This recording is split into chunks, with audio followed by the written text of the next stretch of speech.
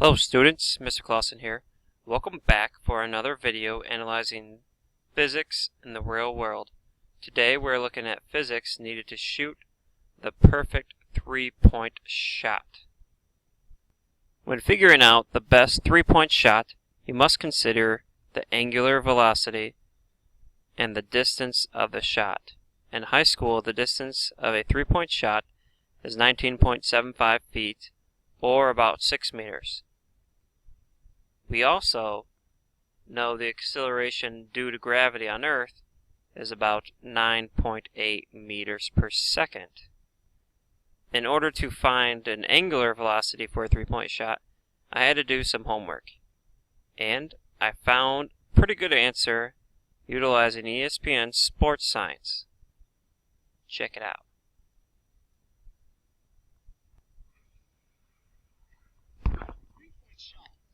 Typically releases the ball between 50 and 55 degrees at just 6'3", 4 inches shorter than the NBA average. Not only does this higher trajectory help him shoot over taller defenders, it also creates a larger target at the other end of the parabola. Compared to a flatter 45-degree release, Curry's ball approaches the rim at a steeper angle, which essentially increases the area the ball could pass through the hoop by 19%. Now, utilizing the things we know, we must figure out some more things. We need to figure out the vertical initial velocity using the 55 degrees, and then we also need to find a horizontal initial velocity, again using the same 55-degree angular shot. We also need to find the time of the shot, and to do that we will just time a pre-recording of a shot I did and use that time. Now, looking at trajectory of the ball, you notice that we have a velocity vector in the vertical and a velocity vector in the horizontal. These are resultants of the velocity at an angle. You'll notice that the velocity in the verticals change throughout the process, and that is because of gravity.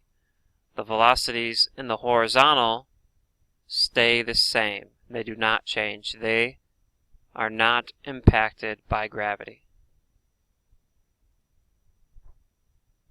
Now the trajectory of the basketball shot looks like this. This is the path. At the shot, right around the rim, the resultant angular velocities will look like this, and it will apex at the top of its path, and gravity will have that same influence all the way down until the basket is made. Important equations that we must consider. On the horizontal, we have change in horizontal displacement, change in x, equals velocity times time.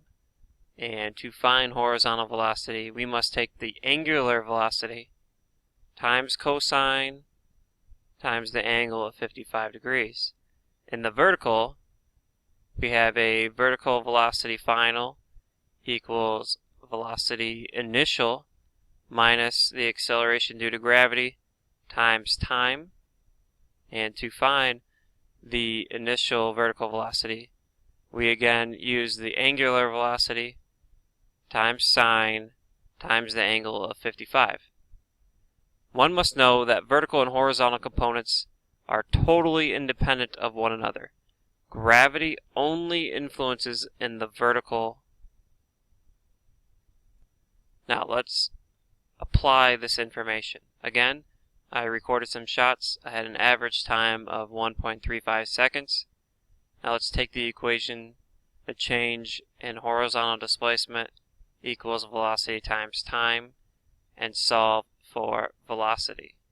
So we have change in x is 6 meters, time is 1.35 seconds. 6 divided by 1.35 gives me 4.44. Therefore, my initial horizontal velocity when shooting the ball at 55 degrees must be 4.4 meters per second in order to have the ideal displacement of 6 meters. So, we must be able to use this knowledge to find our angular velocity, but how? We know our horizontal velocity must be 4.4 meters per second. Therefore, we plug 4.44 and our angle of 55 in the equation reviewed earlier. Angular velocity times the cosine of 55 degrees equals 4.44 meters per second. So 4.44 divided by the cosine times 55 equals 7.75. Therefore, our angular velocity that we talked about earlier is 7.75 meters per second. So again, if we look at these things we know, right here we have our angular velocity, which was at 55 degrees, but now we also know that it was a velocity at that angle of 7.75. So applying what we learned, we must shoot the basketball with an angular velocity of 7.75 meters per second at that ideal 55 degrees in order to make a perfect three-point shot every time. Now let's do this.